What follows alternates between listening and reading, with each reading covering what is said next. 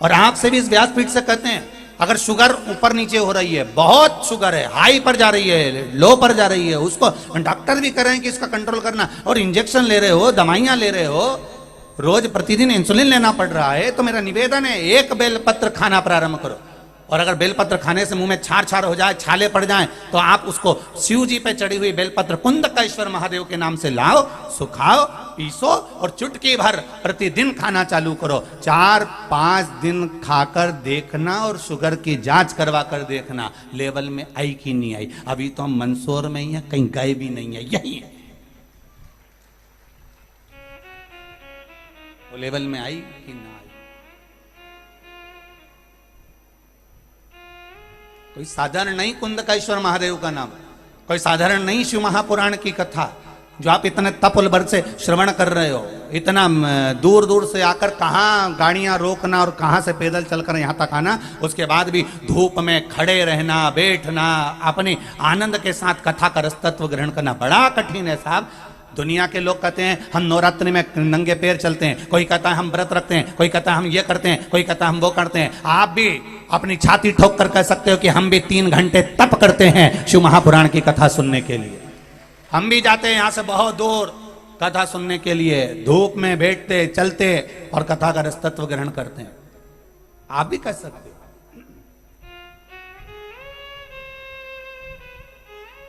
सहज नहीं शिव पुराण।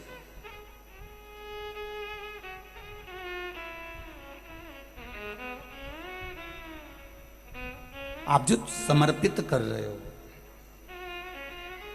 बचपन, जवानी, अधेड़ी निकल गया, बुढ़ापा, बिगड़ने मत दो। थोड़ा सा भी अगर समय अपने को अच्छा मिल रहा है, घर के लोगों से कह देना है कि मुझे सत्संग में छोड़िया, मुझे कथा में छोड़िया, मैं कथा सुनूंगी, मैं कथा श्रवण करूंगी। खानो नहीं भावे मने, पीनो नहीं भावे रे, दौड़ दौड़ मन सत्संग जावे रे। अब मेरा मन नहीं लगता, मुझे कथा सत्संग के सिवाय कहीं रुचि नहीं रही।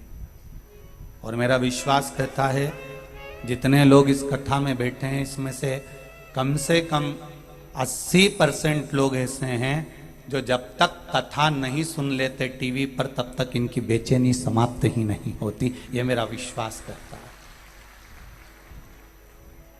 ये मेरा विश्वास कहता है। यहाँ जितने बैठे, कितनी आस लगा लगा कर, कितनी घंटों से, कब से,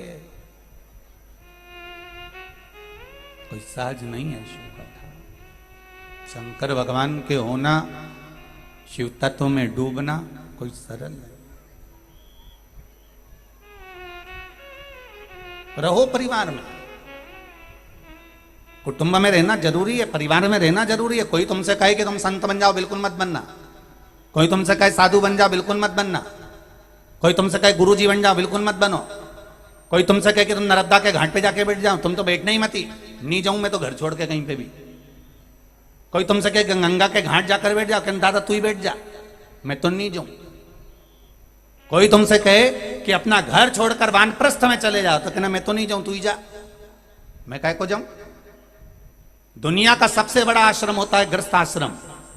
घर के अंदर रहिए, परिवार में रहिए, कुटुंब में रहिए, और अपने परिवार में, घर में रहकर अपने परिवार को श्रेष्ठ संस्कार दीजिए। नर्मदा और गंगा के घाट पर बैठकर तो कोई भी तप कर सकता है। सबसे बड़ा तप होता है कि घर में रहो, इधर से बहू 2 शब्द कह रही है, इधर से बेटा चिल्ला रहा है, इधर से पोता चिल्ला रहा है, इधर से पत्नी कुछ बोल रही है, इधर से पति कुछ बोल रहा है। 4 दिन ननंद आई तो वो कुछ कहकर चली गई, इधर से सास चिल्ला रही है, इधर से कुटुंब वाले चिल्ला रहे हैं, कहीं इधर इसका टेंशन, कहीं उसका टेंशन। घर में रहकर, गंगा के घाट पर कौन सा टेंशन है, पड़े रहो, 2 रोटी खाते रहो, ने माला जपते रहो, ने गंगा की डुबकी लगाते रहो, तुम्हें कौन सा टेंशन। बाहर जाकर तो कोई भी तप कर सकता है, गंगा के घाट पर बैठकर तो कोई भी साधना कर सकता है, नर्मदा के घाट बैठकर तो कोई भी भजन कर सकता है। पर घर में रहकर परिवार वाले टांग खींचे, पांव खींचे, बोले, अपशब्द बोले, और उस बीच में तुम भगवान की पूजन, सेवा, भजन और शिव महापुराण की कथा सुनकर बताओ, तब लगे कि संत का जीवन इसको कहते हैं। कोई ऐसा ही जीवन हो गया। कोई जीवन ऐसे ही हो गया क्या? कितना तपबल है, कितना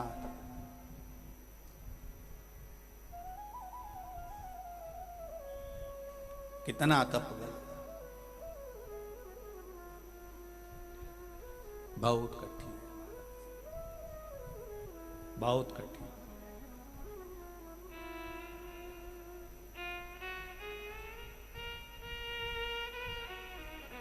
संत साधु गुरु ये सब बनना एक अपनी जगह पर श्रेष्ठ है, पर सबसे बड़ा आश्रम गृहस्थाश्रम है। परिवार में रहिए, कुटुंब में रहिए और अपने परिवार को संस्कारवान बनाने का प्रयास करिए। पहले भी कथा में कहा, आज फिर कह रहे हैं, पिता और माता में बहुत अंतर होता है। पिता का काम है आपको अच्छी शिक्षा देना, पिता का काम है आपके लिए कपड़ों की व्यवस्था करना, पिता का काम है आपके लिए कमाकर जायदाद बनाना, पिता का काम है आपको अच्छा खिलाना, अच्छा पहनाना, अच्छा देना, अच्छी शिक्षा देना, विद्या प्रदान कराना, यह पिता का काम है। और पिता से बढ़कर माँ का काम सबसे ज्यादा होता है कि अपने बच्चों को संस्कारवान बनाना। बच्चे कहीं लाइन से भटक तो नहीं रहे, कहीं लाइन से जा तो नहीं रहे।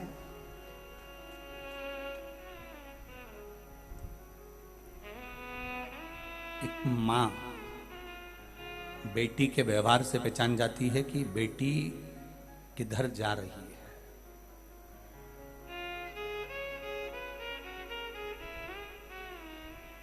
पर माँ अगर नजरअंदाज कर दे तो बेटी भी सोचती है मेरी माँ कुछ नहीं बोल रही है। पर माता ये जानती है, माँ अपने बच्चों को संस्कार श्रेष्ठवान दे सकती है।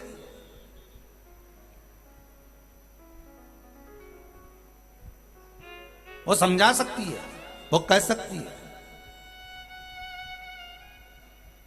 जब जब बेटा और बेटी में अभिमान आए, अहंकार आए, तो माँ एक के सामने खड़ी होकर कह दे कि अभिमान किस चीज का कर रहे हो?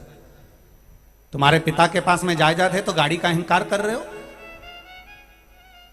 माँ अपने संबोधन में कह देती है टेंशन मत लेना, 25 लाख की गाड़ी में घूमने वाला भी एक दिन 25 रुपए के लोटे में भरा कर हरिद्वार पहुंच जाता है और 25 लाख की गाड़ी घर में पड़ी रह जाती है। क्या करोगे उस गाड़ी का?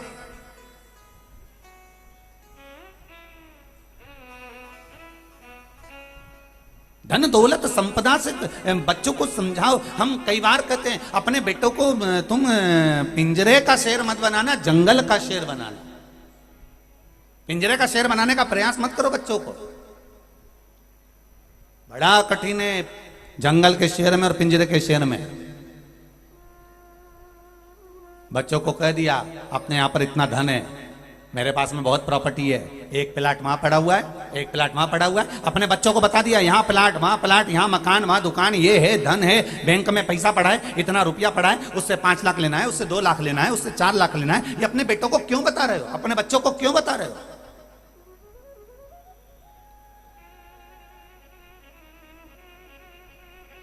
और बताने के साथ में अगर बता भी दिया तो कह दो ये तुम्हारा नहीं है, तुम्हें अपनी मेहनत करना है।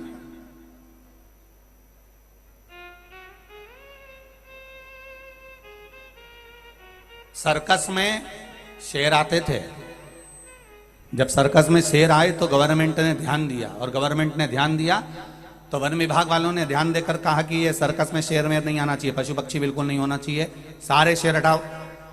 तो जंगल के जितने शेर थे उन सारे शेरों को सर्कस वालों से छुड़ाकर जंगल में छोड़ा गया। जब जंगल में शेरों को छोड़ा गया, 5 शेर जंगल में जब छोड़े गए, इन 5 शेर को छोड़ा और एक एक शेर का शिकार जंगल में रहने वाले जंगली कुत्तों ने कर लिया। एक एक शेर को 6-6, 7-7 कुत्तों ने घेरा और उस शेर को मार दिया। जब खबर मिली वन विभाग वालों को तो वन विभाग वालों ने पता करा कि यहाँ शेर थे। वो कहाँ गए? तो कहा उनको तो कुत्ते मार दिए। शेर को कुत्तों ने मार दिया। हाँ, शेर को कुत्ते ने मारा है। हाँ हाँ, शेरों को कुत्ते ने मार दिया। ओ, और शेर को कुत्तों ने जब मारा, ध्यान आया, तब स्मरण किया गया, तब स्मरण आया।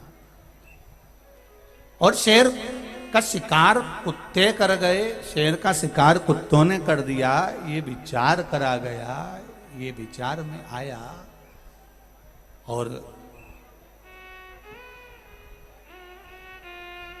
शंभु शरणे पड़ी मांगू घड़ी रे घड़ी, दुख काटो दया करी ने दर्शन आपो।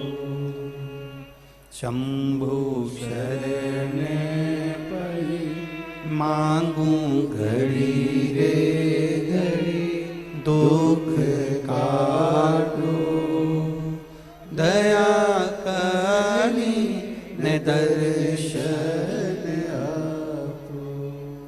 विचार किया कि ये शिकार कुत्तों ने कर दिया। हाँ साहब, तो का कैसे?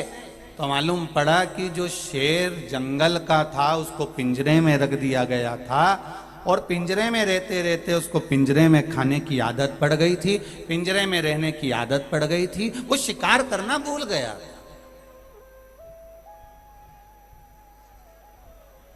वो शिकार करना भूल गया, इसलिए कुत्तों ने उसका शिकार कर लिया।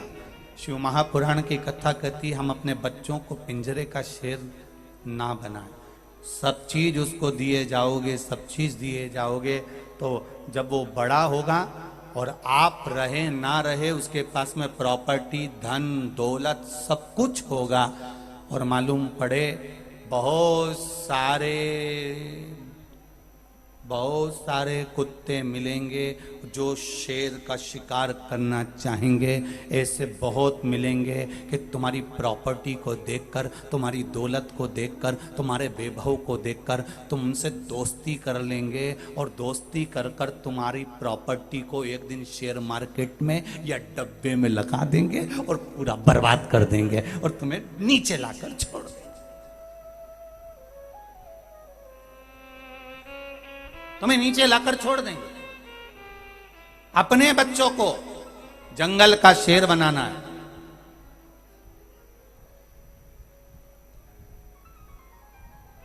अपने बच्चों को फिर श्रेष्ठ बनाने का प्रयास करना। हम क्या दे रहे हैं अपने बच्चों को? केवल भय दे रहे हैं। हम अपने बच्चों को क्या दे रहे हैं? केवल भय। वहां मत जाना। क्यों गया उनके बीच में? क्यों गया वहां पर?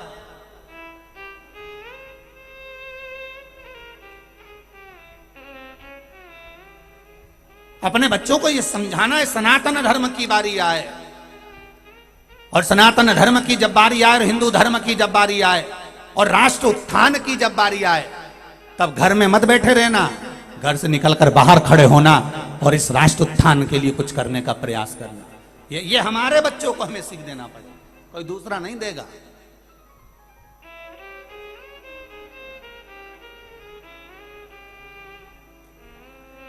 चंदन है इस देश की माटी, तपोभूमि हर ग्राम है, हर बाला देवी की प्रतिमा, बच्चा बच्चा राम है। जिसके सैनिक समर भूमि पर गाया करते गीता है, उसी माटी के हल्के नीचे खेली करती सीता है। ये साधारण सी धरा है ही नहीं, ये वो वसुंधरा है जहां वीर जन्म लेते हैं।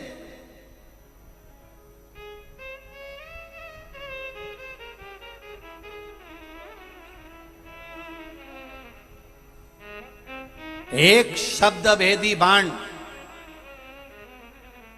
दशरथ जी ने चलाया था, एक शब्द भेदी बाण अर्जुन ने भी चलाया था, और लोग सोचे कि अब शब्द भेदी बाण कलयुग में होगा नहीं, तो एक शब्द भेदी बाण पृथ्वीराज चौहान ने भी चलाया था, वो भी नहीं चुका था। कहने वाले ने तो केवल कह दिया था इतने गज पर है सुल्तान और तैयार हो जा पृथ्वीराज चौहान, और उस समय वो तैयार हो गए। एक शब्द वेदीबाण, लोग कहे कि कलयुग में शब्द वेदीबाण आ सकता है, क्यों नहीं होगा? आप अपने शब्दों का वो बाण चला सकते हो। आपके शब्द बड़े विचित्र हैं, इन शब्दों के बल पर आप वीर से वीर को शून्य कर सकते हो, और इन शब्दों के बल पर एक शून्य को भी वीर के पथ पर लाकर बिठा सकते हो। ये शब्द कोई साधारण नहीं हो सकते। उस समय बाण चलता था, इस समय शब्द चलते। उसको पहचाना जाए, जाना जाए। ब्रह्मा जी के मन में संशय हुआ, उन्होंने अपने पिता भगवान विष्णु से कहा। विष्णु जी ने कहा क्या बात है ब्रह्मदेव? ब्रह्मा जी कहते हैं आपके पिता कौन है, हमें जानना है, हमें पहचानना है। आपके पिता कौन है?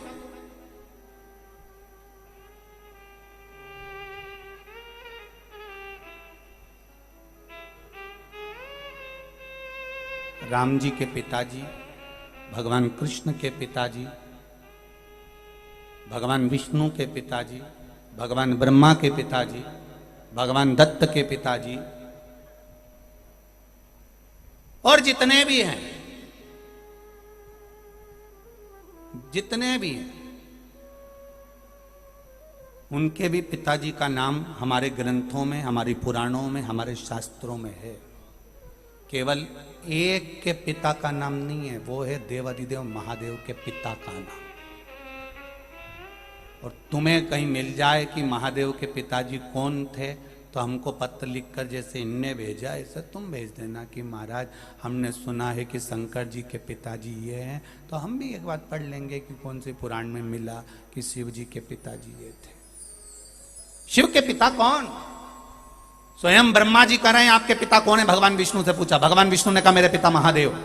महादेव के पिता कौन है? तो भगवान विष्णु भी उस समय पर मौन होकर कहते हैं जो सृष्टि का पालन करता होता है, सृष्टि का संचार करता होता है, सृष्टि का संहार करता होता है।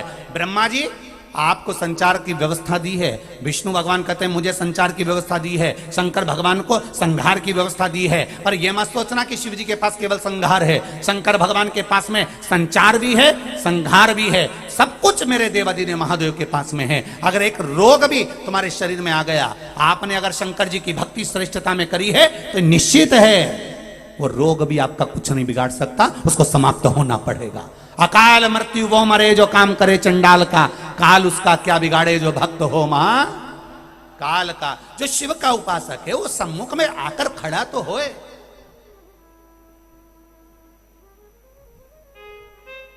पूर्व के जितने युद्ध हुए, पूर्व में जितने युद्ध करे जाते थे, चाहे राम जी के समय पर युद्ध हुए हों, चाहे भगवान कृष्ण के समय पर युद्ध हुए हों, चाहे भगवान विष्णु के समय पर युद्ध हुए हों, चाहे जितने युद्ध पूर्व समय में हुए हैं, एक एक युद्ध को उठाकर देखिए। जब जब सेना चलती थी तो एक आवाज लगाकर चलती थी, हार हार।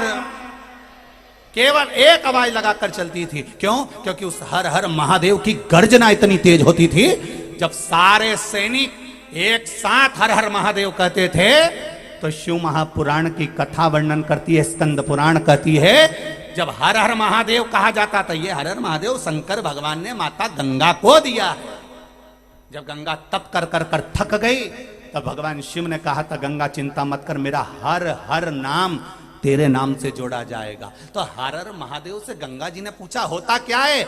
शिव जी कहते हैं अगर युद्ध के मैदान में भी अगर एक वीर सैनिक भी हर हर महादेव कहकर टूट पड़ेगा, तो ये निश्चित है गंगा कि हर हर महादेव कहने के बाद दुश्मनों के गर्भ में भी अगर बच्चा होगा तो वो भी गिर पड़ेगा। ये हर हर महादेव की वो गर्जना है। जब दुश्मनों के गर्भ का बच्चा भी हर हर महादेव से गिर सकता है, तो तुम्हारे भीतर जो पाप, काम, लोभ, आसक्ति, वासना, तृष्णा जो भरी हुई है वो क्या समाप्त नहीं हो सकती? जो रोग अंदर समाते जा रहा है, किसी का किडनी गड़बड़ हो गया, किसी का लीवर गड़बड़ हो गया, किसी को कैंसर हो गया, किसी का शुगर हो गया, किसी का बीपी हो गया, ये आया कहां से है? ये बीपी शुगर कहां था? अब तुम्हारे पास में नाथ द्वारा लगा है, जरा जाके तो देखो कि भगवान से पूछो। एक बार भगवान के लिए थोड़ा सा कुछ प्रसाद बना और उसमें शक्कर कम गिर गई तो भगवान ने नी खाई। भगवान कहते मुझे तो चोगना चाहिए 250 ग्राम मावा ने 2 किलो शक्कर। नाथद्वारा वाला मेरा श्री जी बाबा कहे, मैं तो चोगना मीठा खाता हूं और तुम मुझे फीका दे रहे हो, मुझे चोगना मीठा चाहिए। तो तुम तो मंदसौर के निवासी हो, इधर सांवरिया सेठ, नाथद्वारा, चार भुजा जी, सब तुम्हारे पास में, जितना देवता आजू बाजू बैठा है सब खाया पिया। सारी दुनिया के शिवलिंग देख लो और मंदसौर का शिवलिंग देख लो। भगवान मंदसौर का पशुपति नाथ भी कह रहा है अच्छे जाड़े तगड़े रहे हो, जोरदार रहे हो, उसमें क्या दिक्कत है, टेंशन लेकर मत जियो। महादेव भी कह रहा है कि देखो मैं टेंशन में नहीं बैठा, बड़ी मस्ती में बैठा हूँ। चार मुद्रा वो अपनी दर्शन देते हैं, बचपन की अलग, जवानी की अलग, अधेड़ी की अलग, बुढ़ापे की अलग। उनने पूरी मुद्राओं का दर्शन देते देते भी सब सीख दे दी तुमको पशुपतिनाथ ने। जब बुढ़ापे की मुद्रा आई तो उनका चेहरा यहाँ से उठ गया, ऐसा लग रहा था कि मुंडा का सारे दांत चले गए और चेहरा थोड़ा सा झुक गया, बड़ा हो गया। तो तुम्हें एक एक मुद्रा का दर्शन तो करो, वो अपने को सीख दे रहा है। इधर सांवरिया सेठ सीख दे रहा है, उधर बैठे हुए नरसिंह भगवान श्री जी बाबा सीख दे रहे हैं, हर तरह का सीख। सांवरिया सेठ बाजू में लगा है, बार बार तुमसे कह रहा है अपने आप को सेठ मत समझना रे, फिर कह रहा हूं सेठों में सेठ सांवरिया सेठ, बाकी के जितने सब डुप्लीकेट, सेठ एक ही है। तुम टेंशन में मत लेना हो कि तुम सेठ हो, और अगर तुम सेठ हो तो किसी नानी बाई का 56 करोड़ का मायरा भर के बता दो, किसी द्रौपदी का चीर बड़ा कर बता दो। तुम सेठ हो तो किसी का कुछ भला करके बताओ, अपने बच्चों के लिए, अपने पुत्र के लिए, अपनी बेटी के लिए, अपने परिवार के लिए तो दुनिया करके जाती है। जितने मरे उनने किसने दूसरों के लिए कर दिया, सब अपने परिवार के लिए करा। तुम सांवरिया सेठ जैसे बनना चाहते हो तो तुमने दूसरे के लिए क्या करा। इतनी बड़ी कथा चल रही है, किस किस ने पोया समोसा बंटवाया, किस किस ने खिचड़ी का प्रसाद बंटवाया, किस किस ने पानी पिलवाया। ये तो वहां लिखा जा रहा है कि तू कितना बड़ा सेठ है कि डुप्लीकेट है, ये तो वहां लिखा। परिवार के लिए तो कोई भी कर कर चले जाएगा, नाते रिश्तों के लिए तो कोई भी करके चले जाएगा, कुटुंब के लिए तो कोई भी कर कर चले जाएगा। तुमने कितना करा वो लिखाता है वहां।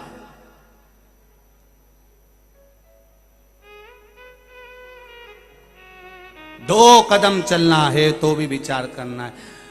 देखिए हम समिति वालों से एक बात कह दे रहे हैं, हम डोनेशन जब देंगे जब हमारी गाड़ी बिल्कुल पास में लगाना, बिल्कुल पीछे जहां पास से रास्ता हो हम वहीं से आएंगे, हमारी गाड़ी दूर नहीं होना चाहिए। तो उन्होंने कहा साहब ठीक है आप दे तो दो, हम तुम्हारी गाड़ी पास में लगा देंगे। तुमने यहां तो गाड़ी पास लगा ली पर वहां दूर हो गई,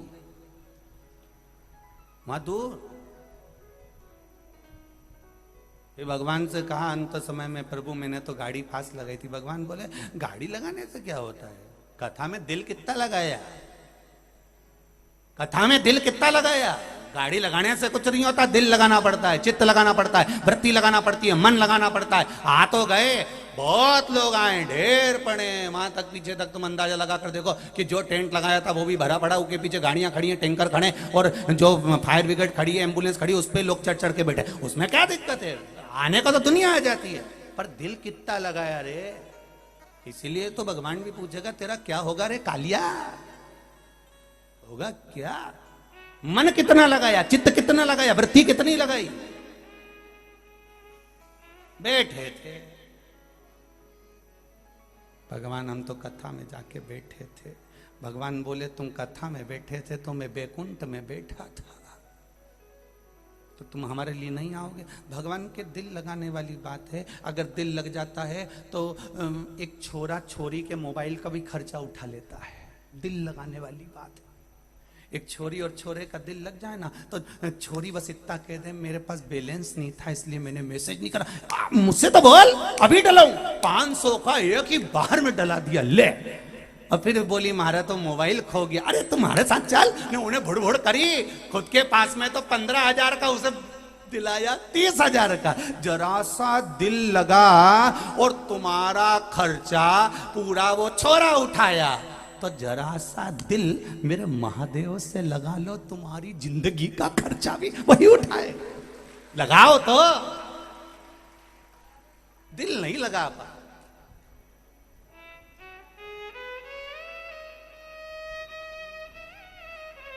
दिल नहीं लगा, बहुत कठिन है इस मन को इस दिल को, इस चित्त को परमात्मा से लगाना बहुत कठिन है बाबा, बहुत कठिन।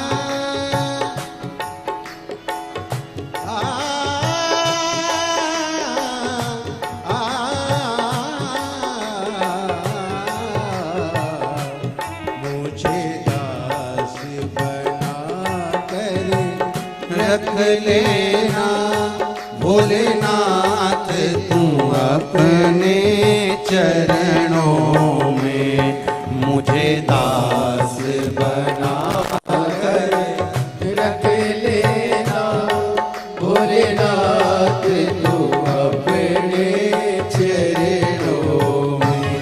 भोलेनाथ तुम अपने चरणों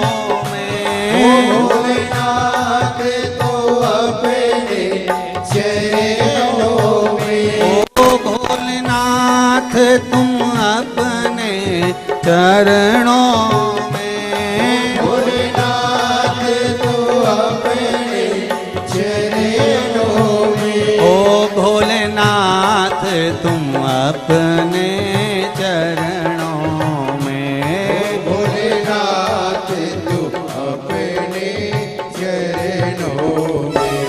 मुझे दास बना कर रख लेना भोलेनाथ तुम अपने चरणों में, मुझे दास बना कर रख लेना भोलेनाथ तू अपने चरणों में। आओ से दोनों हाथों से ताली से बजाते हुए, जितने पीछे खड़े हैं गाड़ियों पर चढ़े हैं वो भी दोनों हाथों से ताली बजाते हुए भाव साथ।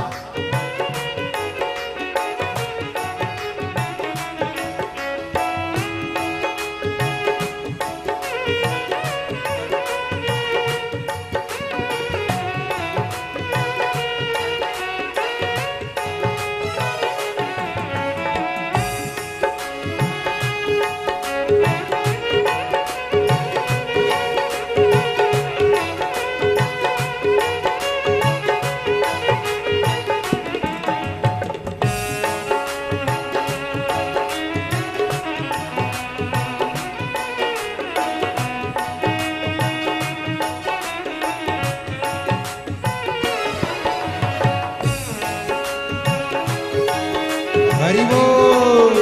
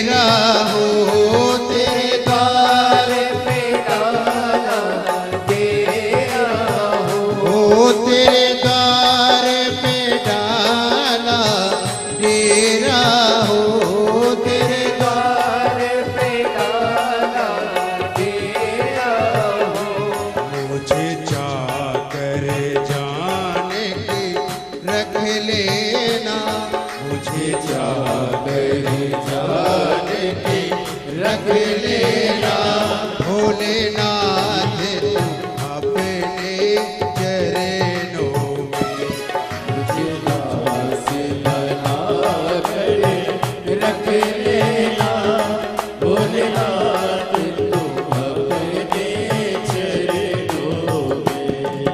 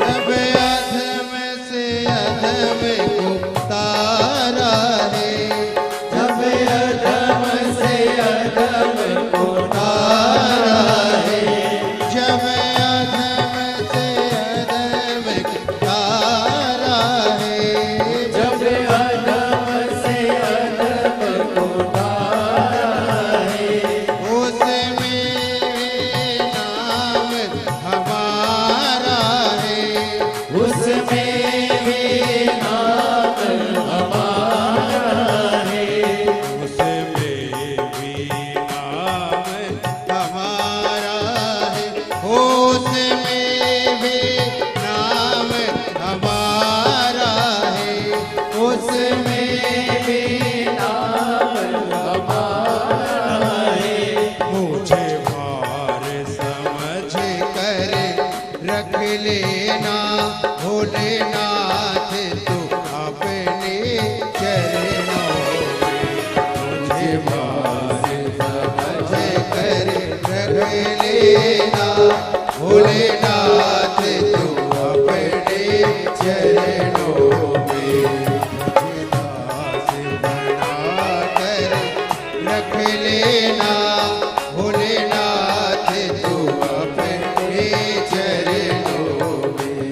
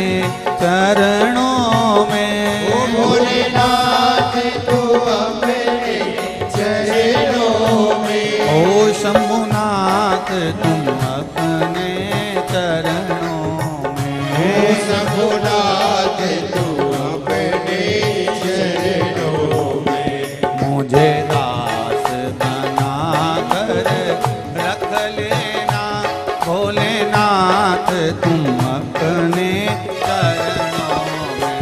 मुझे दास बना कर रख लेना भोलेनाथ तुम अपने चरणों में भोलेनाथ तुम अपने चरणों में। भोलेनाथ तुम अपने चरणों ओ शंभुनाथ तुम अपने चरणों में। ओ शंभुनाथ तुम अपने चरणों में ओ भोलेनाथ तुम अपने चरणों में। भोलेनाथ तुम अपने चरणों में हार हार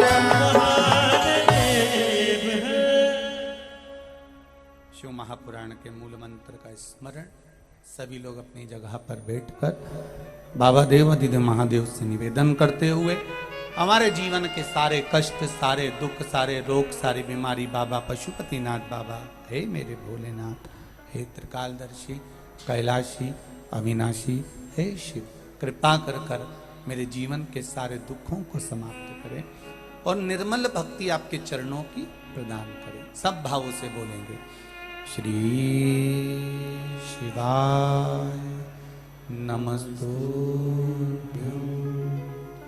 श्री शिवाय नमस्तुभ्यं।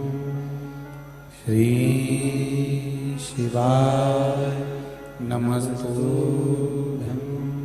श्री शिवाय नमस्तुभ्यं।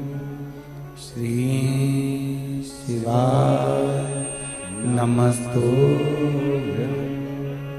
भोला सब दुख काटो मारा, ओ भोला सब दुख काटो मारा।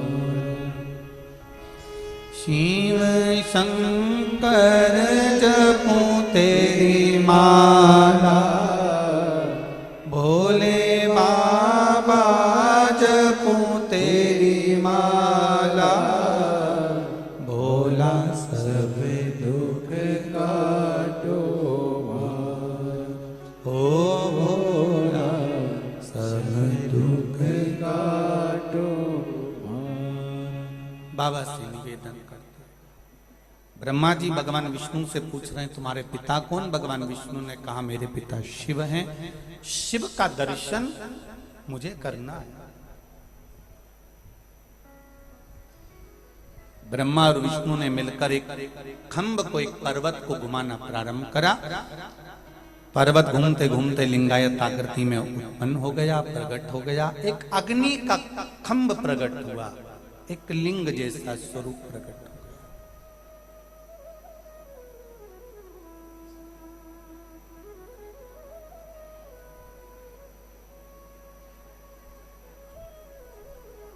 एक लिंगायत आकृति प्रकट हो गई।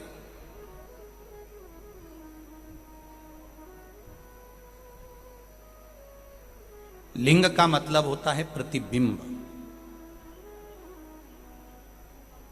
ब्रह्मा, विष्णु, महेश, 33 कोटि देवी देवताओं का एक प्रतिबिंब शंकर के रूप में मौजूद है पृथ्वी पर विराजमान।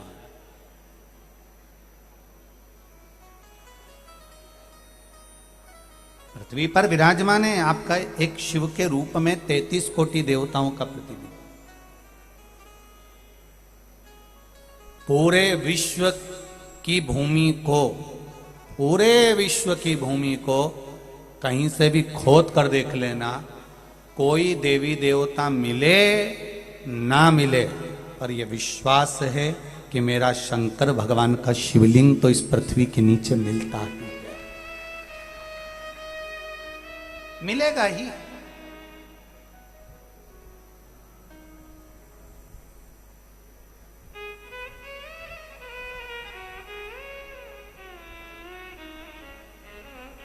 भगवान कभी नहीं कहता कि मैं ब्राह्मण को मिलूंगा कि क्षत्रिय को मिलूंगा कि वैश्य को मिलूंगा कि शूद्र को मिलूंगा। भगवान तो कहता है कि दिल लगा लो, मैं उसको मिल जाऊंगा। और मंदसौर की धरा को तो धन्य कहना चाहिए। मंदसौर जैसी पवित्र भूमि कहीं नहीं होगी। मंदसौर की धरा को तो धन्यवाद, कोटि कोटि पुण्यमय भूमि है। जिस भूमि पर सबसे पहले अगर पशुपति नाथ के शिवलिंग का दर्शन हुआ था तो एक धोबी को हुआ था, ये वो धरा है। कोई साधारण भूमि है क्या?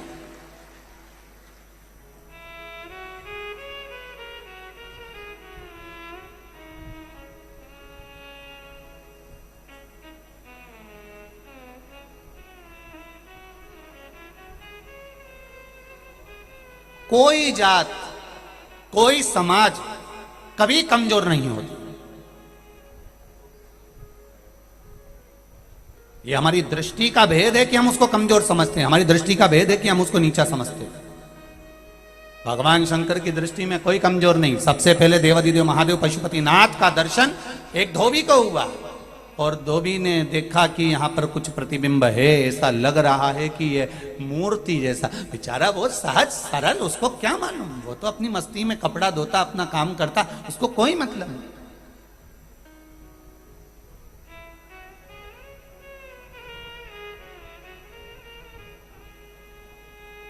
पूरी दुनिया में जितने मंदिर पुराने मिलेंगे तो वहां पर आपको सुनने को मिलेगा, यहाँ एक महात्मा जी रहते थे, उनको इनका दर्शन हुआ था। वहां एक दादाजी रहते थे, उनको इसका दर्शन हुआ था। वहां पर एक बहुत पहुंचे हुए महाराज रहते थे, उनको इनका दर्शन हुआ था।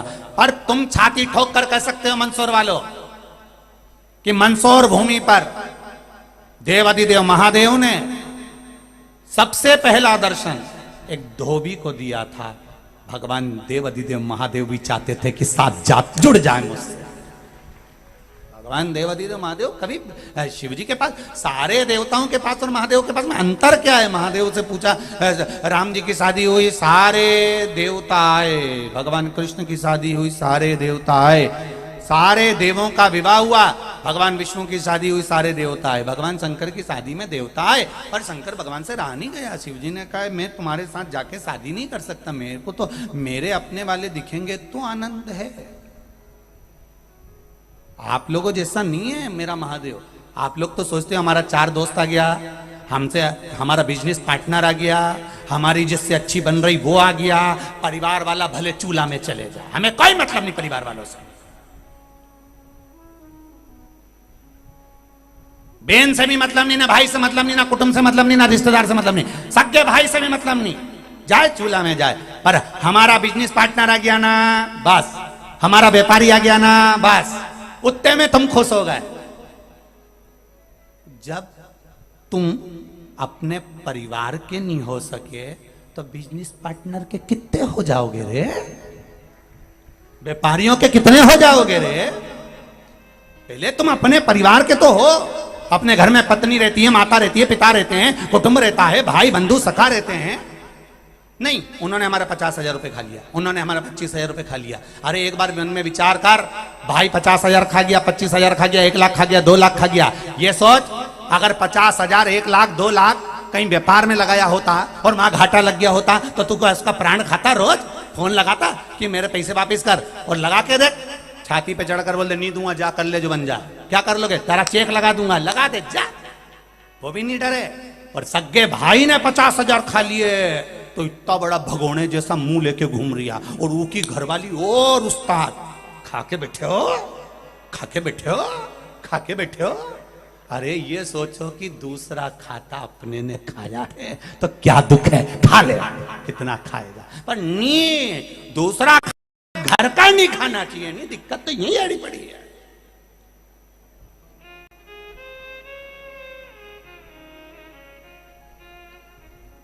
दूसरा खा ले तो दिक्कत यही आड़ी पड़ी है।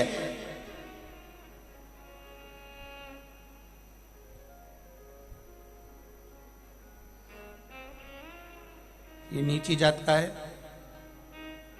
इसके साथ छोरी का ब्याह नहीं करूंगी। ये ऐसी जात का है, इसके साथ ब्याह नहीं करूंगी। और मालूम पड़े वो दूसरा, दूसरा, फिर क्या करोगे? उससे अच्छा है सनातनी तो है, हिंदू तो है, धर्म को मानने वाला तो है, सत्कर्म से जुड़ा हुआ तो है, भगवान की भक्ति से लगा हुआ तो है। नहीं, फिर वही बात आ गई, मुसद्दी लाल समझ जाए। दूसरा खा गया। कल एक गाड़ी भर के भेजी थी व्यापार की, डूब गई, कहीं एक्सीडेंट हो गया, कहीं कहीं तुमने सहन करा कि नहीं करा कि मेरा पैसा वहां चले गया? पर भाई नहीं, भाई खा जाए तो ये सोचो कोई बात नहीं, बेचारा की परिस्थिति ठीक नहीं है, करेगा आज नहीं तो कल देगा।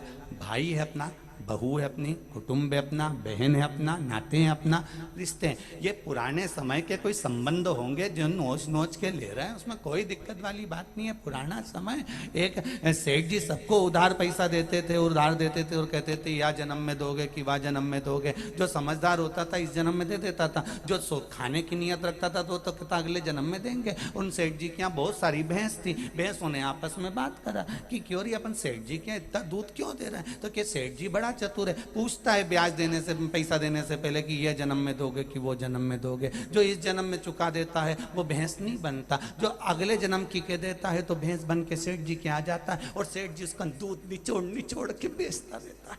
तो देना तो पड़ेगा, कहीं पर भी दो। और तुम्हें अगर भैंस नहीं बनना है तो जिसका पैसा तुमने लिया ईमानदारी से दे देता रहता था, नहीं तो निचोड़ निचोड़ के तो देना ही पड़ेगा, आज नहीं तो कल देना, देना हिसाब तो करना पड़ेगा।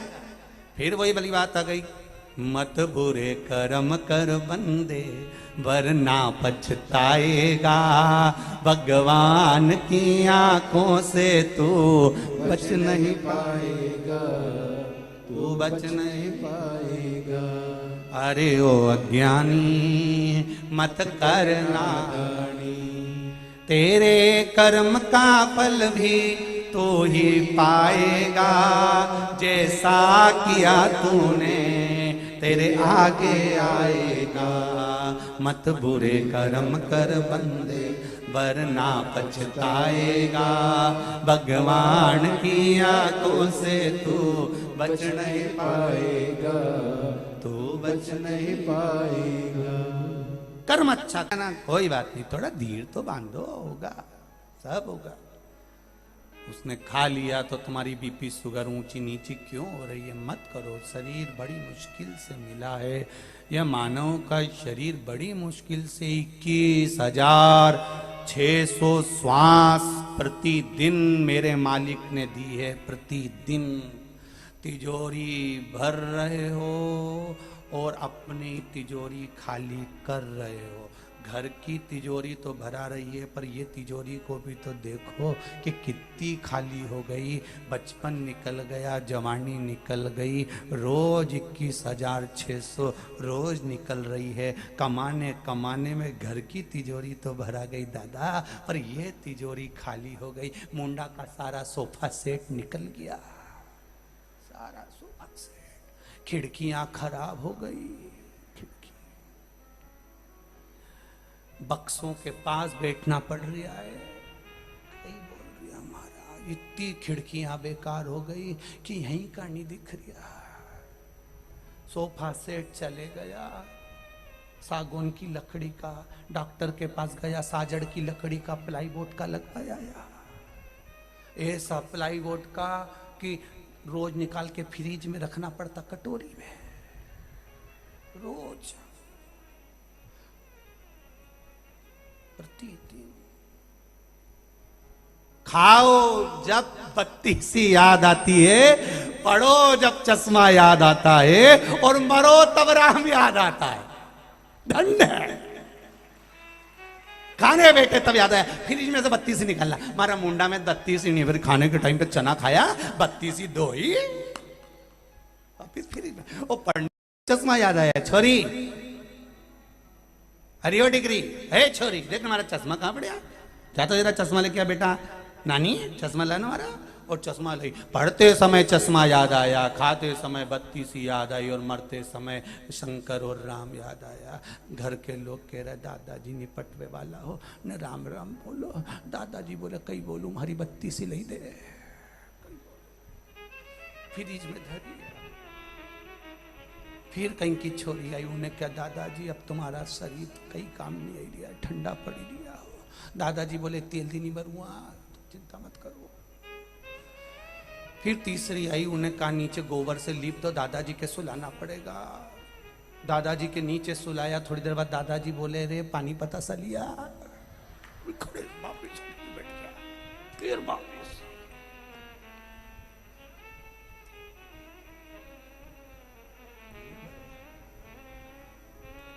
अंत समय प्रभु आना पड़ेगा, वचन दिया तो निभाना पड़ेगा। आए ना आए प्रभु कुटुंब कबीरा, अंत समय प्रभु आना पड़ेगा।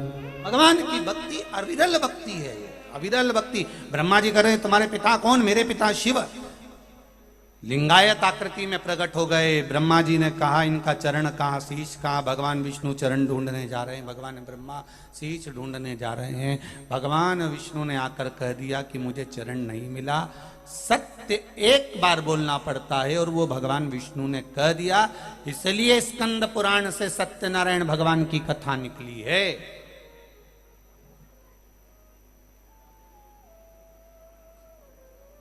सत्यनारायण भगवान की कथा स्कंद पुराण से निकली है, क्योंकि सत्य बोले थे वो।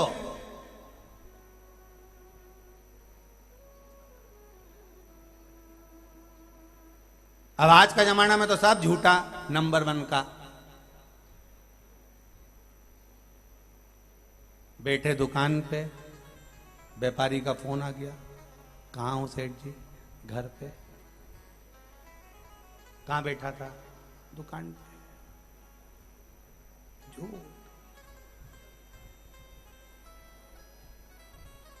झूठ, कितना संसार में झूठ। एक गुरुजी के पास एक चेला पहुंचा, गुरुजी मुझे तुम्हारा फोटो चाहिए। गुरुजी ने कहा मतलब मेरा फोटो का कहीं करेगा तो? नहीं गुरुजी तुम्हारा फोटो दे दो, मेरे को जरूरी चाहिए। कहाँ लगाएगा? तो के दुकान में लगाऊंगा। गुरुजी खुश हो गए, मेरा चेला कितना जोरदार, मेरा फोटो दुकान में लगाएगा। फिर गुरुजी ने पूछा दुकान में क्यों लगाना चाहता है? गुरुजी व्यापारी आते हैं, बार बार कसम खाना पड़ती है, तो तुम्हारी खजौआ।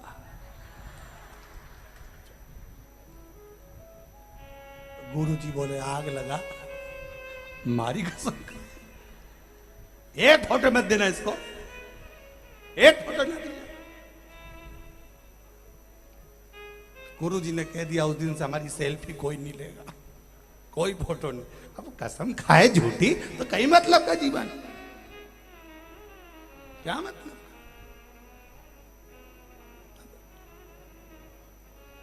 कहा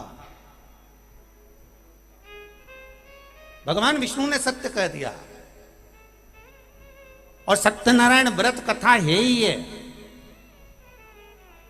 पूरी सत्यनारायण जी की कथा पढ़ लो, पंडित जी से पढ़वा लो, उसमें 5 अध्याय मिलेगा। 5 अध्याय में जितनी बार भी पंडित जी बोलेंगे एक ही बात बोलेंगे, ब्राह्मण के मुख से सुनी, लकड़ारे ने सुनी, सत्यनारायण जी की कथा सुनी, फिर उसने सत्यनारायण जी की कथा कराई, फिर उसने सत्यनारायण जी की कथा सुनी, सत्यनारायण जी की कथा कराई। इस 5 अध्याय में सत्यनारायण की कथा थी कौन सी जो इनने कराई थी और उनने बाची थी? तो वो 5 अध्याय में सत्यनारायण जी की कथा नहीं, स्कंद पुराण में लिखा है सत्यनारायण भगवान की कथा। ब्रह्मा जी आकाश मार्ग में गए, भगवान विष्णु नीचे गए, तलातल पताल में जाकर भी भगवान शंकर के चरण नहीं मिले। तब आए, ब्रह्मा जी ने आते से पूछा क्या भगवान आपको चरण मिले? भगवान ने कहा मुझे भगवान के चरण नहीं मिले। बस ये सत्य भगवान विष्णु ने कह दिया था। उस दिन सत्यनारायण भगवान की जय जयकार हो गई। ये सत्यनारायण भगवान की कथा, और जो सत्यनारायण की पोथी में लिखे वो 5 अध्याय इसी का वर्णन करते। तब भगवान शिव ने कहा हे नारायण तुमने सत्य बोला है। 33 कोटि देवताओं ने फूलों की वर्षा करी। कोई केले के खंभ लिया है, कोई कदली लिया है, कोई मेवा लिया है, कोई पंचामृत लिया है। भगवान विष्णु का अभिषेक करने लगे, नारायण नारायण कहने लगे, सत्यनारायण कहने लगे। तब भगवान विष्णु की पूजन उस दिन से प्रारंभ हो गई। सत्यनारायण भगवान की जय। तब मालूम पड़ा कि ये सत्यनारायण भगवान है।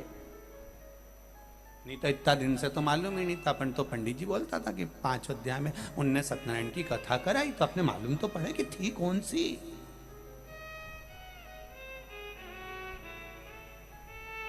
स्कंद पुराण में लिख दिया सत्यनारायण भगवान। अब ब्रह्मा जी से पूछा तुम्हें क्या भगवान का सिर मिला? ब्रह्मा जी बोले हाँ, झूठ बोल गए, असत्य झूठ। शंकर भगवान को क्रोध आ गया, शिवलिंग में से आवाज आ गई, ये ब्रह्मा झूठ बोल रहा है। ना मानो तो केतकी के फूल से पूछो, केतकी के फूल ने भी झूठ बोल दिया। शिव जी ने कहा केतकी सुन, मेरे ऊपर बेकार से बेकार फूल चढ़ जाएगा, कांटा भी मैं अपने सिर पर चढ़ा लूंगा, पर तेरे में कितनी भी सुगंध हो, तू कितना भी सुंदर हो केतकी के फूल, तो मुझ पर कभी नहीं चढ़ेगा। अगर भूल से केतकी का फूल शंकर को कोई चढ़ाएगा तो 1000 गौ हत्या के बराबर दोष लग जाएगा। उस दिन से केतकी का फूल शिव जी पे नहीं चढ़ा। केतकी ने कहा गौ माता से पूछ लो, गाय ने कहा ब्रह्मा जी को सिर मिल गया, शंकर भगवान ने कहा गौ माता झूठ बोलती है, तेरा शरीर पूरा पूजा जाएगा, पर तेरे मुख से तूने झूठ बोला इसलिए तू अपूज्य मानी जाएगी, तेरा मुख अपूज्य माना जाएगा। सनातन हिंदू धर्म में कन्यादान आगे से होता है, वस्त्र दान आगे से होता है, मुद्रा दान आगे से होता है, अन्न दान आगे से होता है, स्वर्ण दान आगे से होता है। सारी पूजन हिंदू सनातन धर्म की आगे से होती है। केवल गौ माता का दान गाय की पूंछ पकड़ कर किया जाता है पीछे से, क्योंकि इसने मुख से झूठ बोला था। सारे मंदिर की परिक्रमा आगे से होती है, पर गौ माता की परिक्रमा पूंछ से चालू होकर पूंछ पर विराम होती है, क्योंकि इसने झूठ बोला। जब वो इतना झूठ बोल गई एक बार, तो उसका मुख को कितना श्राप लगा। तो तुम अपना अंदाजा लगा के बैठो कि जी हो तुम कितना झूठ बोलती होगी, कितना। ये भाई लोग भी लगा लें थोड़ा बहुत अंदाजा। ये तुम्हारी जेब में जो यंत्र रखा है ना, जिसको लोग तुम प्रेम से मोबाइल कहते हो, इसका नाम है यम यंत्र। ये यमराज के करीब ले जाने वाला यंत्र है, करीब।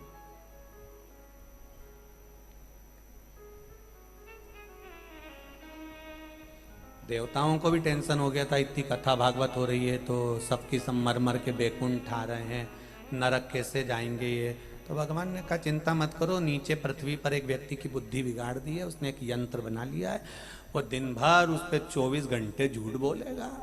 ये कितनी कथा सुन ले, मरने के बाद तो नरक जाएगा, झूठ बोलेगा नहीं जाएगा।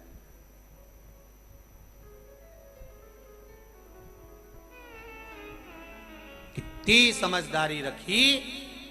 भारत भूमि के सारे जितने दर्जी समाज है जो कपड़ा सिलता है, इनमें समझदारी कितनी आई होगी, जरा विचार करिए। संपूर्ण भारत भूमि के जितने दर्जी समाज हैं, कितनी समझदारी होगी कि इन्होंने कपड़ा बनाया, शर्ट बनाई, कुर्ता बनाया, कमीज बनाई और जेब ऊपर लगाई, वो भी उल्टे हाथ पर, क्योंकि दर्जियों को भी मालूम था दिल यही होता है, तो गौमुखी माला इसी में रखना जो दिल के करीब में रहे। पर उसको क्या मालूम था ये मोबाइल फंसा लेगा।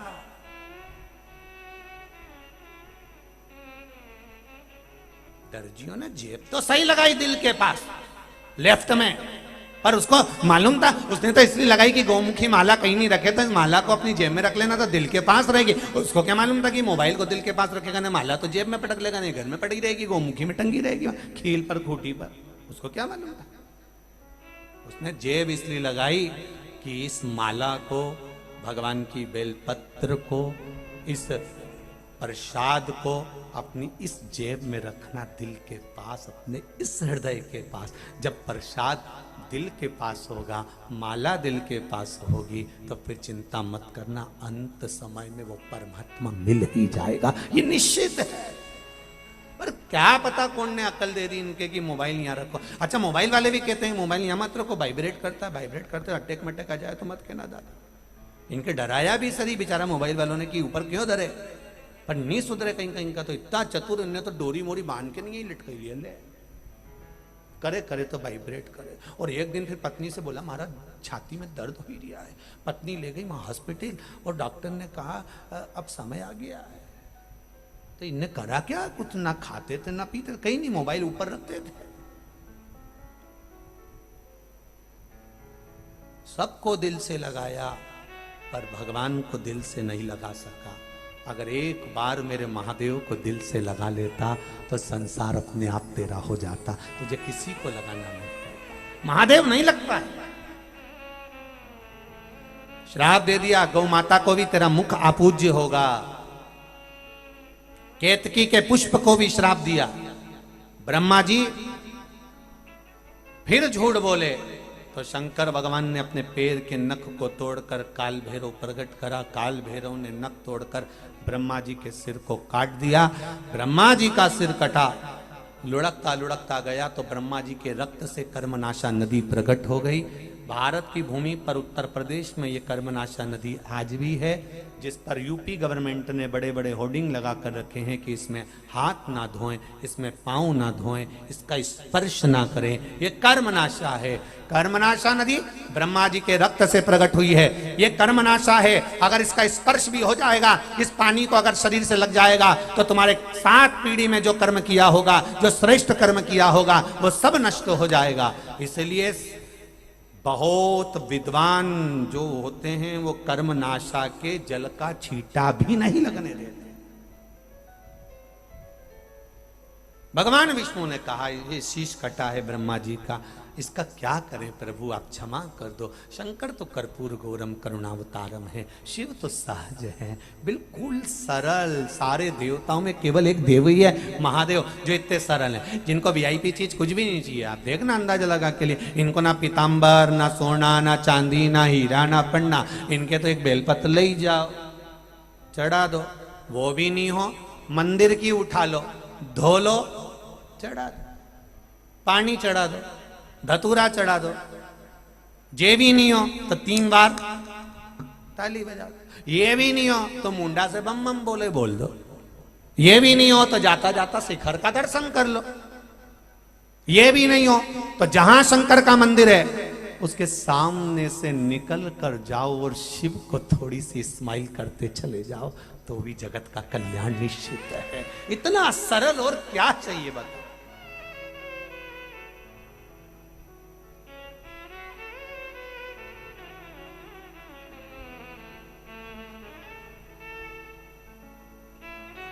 जिसके द्वार पर भूत प्रेत सब चाकरी करें, वह क्या कमी, क्या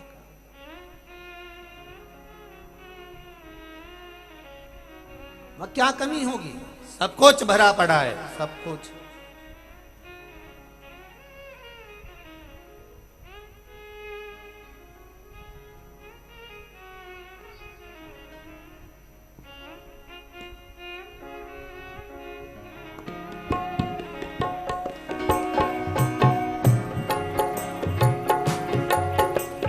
अजब है भोलेनाथ ये दरबार तुम्हारा, दरबार तुम्हारा। अजब है भोलेनाथ ये दरबार तुम्हारा, दरबार तुम्हारा। ओ अजब है भोलानाथ ये दरबार तुम्हारा, दरबार तुम्हारा। अजब है भोलानाथ दरबार तुम्हारा, दरबार तुम्हारा। भूत प्रेत नित करे चाकरी, सबका यहीं गुजारा। भूत प्रेत सब करे चाकरी, सबका यहीं गुजारा। ओ अजब है भोलानाथ ये दरबार तुम्हारा, दरबार तुम्हारा।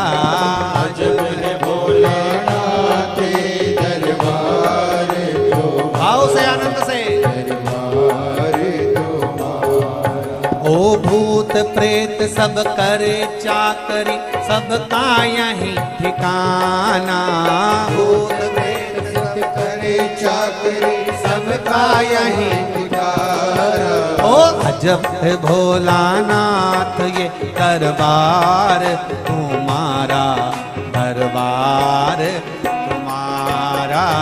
अजब है भोलेनाथ दरबार तुम्हारा, दरबार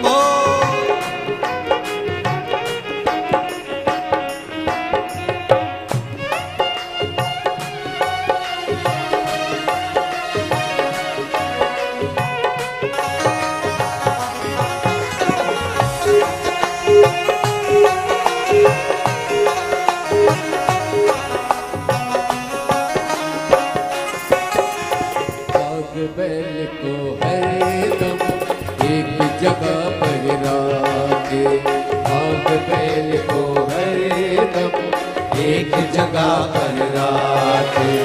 कभी नानक तुझे को बुरी नजर से ताके। ओ कभी नानक तुझे को बुरी नजर से ताके। कहीं और ना देखा हमने ऐसा गजब नजारा।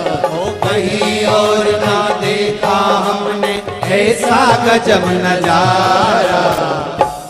भोलानाथ ये दरबार तुम्हारा, दरबार तुम्हारा। अजब है भोलानाथ ये दरबार तुम्हारा, दरबार तुम्हारा। भूत प्रेत नित करे चाकरी सबका यहीं गुजारा। भूत प्रेत सब करे चाकरी सबका ये गुजारा। ओ अजब है भोलानाथ ये दरबार तुम्हारा, दरबार तुम्हारा।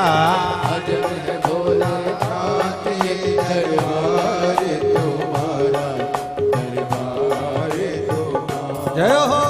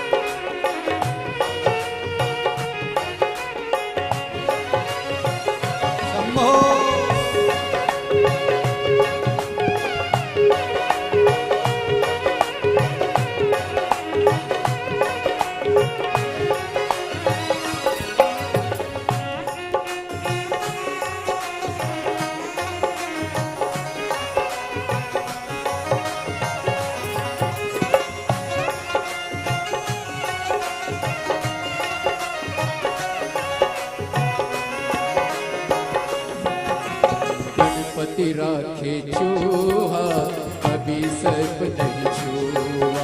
ओ गणपति राखे छुआ सर्प कभी नहीं छुआ। बोले सर्प लटकाए कार्तिक और नचाए। बोले सर्प लटकाए कार्तिक मोर नचाए। आज का कानून नहीं है तेरा अनुचित है ये सारा। आज का कानून नहीं है तेरा अनुशासन है सारा। ओ अजब है भोलानाथ ये दरबार तुम्हारा, दरबार तुम्हारा। अजब है भोलेनाथ ये दरबार तुम्हारा, दरबार तुम्हारा। भूत प्रेत सब करे चाकरी सबका यहीं गुजारा। भूत प्रेत सब करे चाकरी सबका यही गुजारा। ओ भूत प्रेत सब करे चाकरी सबका यहीं गुजारा। भूत प्रेत सब करे चाकरी सबका यही गुजारा। ओ अजब है भोलानाथ ये दरबार तुम्हारा, दरबार तुम्हारा। अजब है भोलेनाथ ये दरबार तुम्हारा, दरबार तुम्हारा। ओ अजब है भोलानाथ ये दरबार तुम्हारा, दरबार तुम्हारा।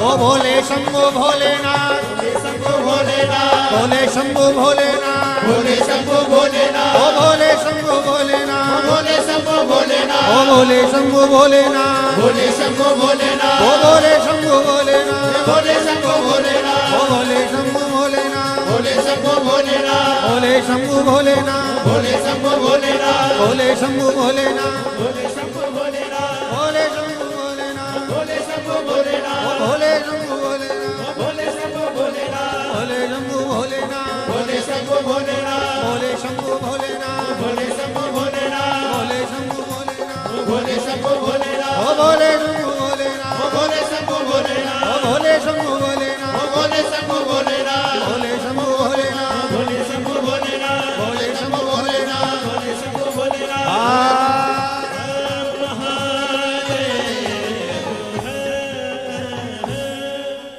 भगवान शिव से प्रार्थना करते हुए भाव के साथ आनंद के साथ में बाबा से निवेदन करें। शिव महापुराण के मूल मंत्र को शिव पोथी के सम्मुख में आप लोग बैठकर बड़े भाव से बाबा से निवेदन करें, भाव से दिल से कहें, अपनी जगह पर बैठकर भगवान से प्रार्थना करते हुए श्री शिवाय नमस्तु, श्री शिवाय नमस्तु, श्री शिवाय नमस्तु, श्री शिवाय नमस्तु, श्री शिवाय नमस्तु। भोला सब दुख काटो मार, ओ भोला सब दुख काटो मार। शिव शंकर जपू तेरी माला, भोले बाबा जपू तेरी माला, भोला सब दुख काटो मार, ओ भोला सब दुख काटो मार। भगवान से प्रार्थना करें, हृदय चित्त से मन से भगवान से भाव से कहें। ब्रह्मा जी का जो सिर कटा था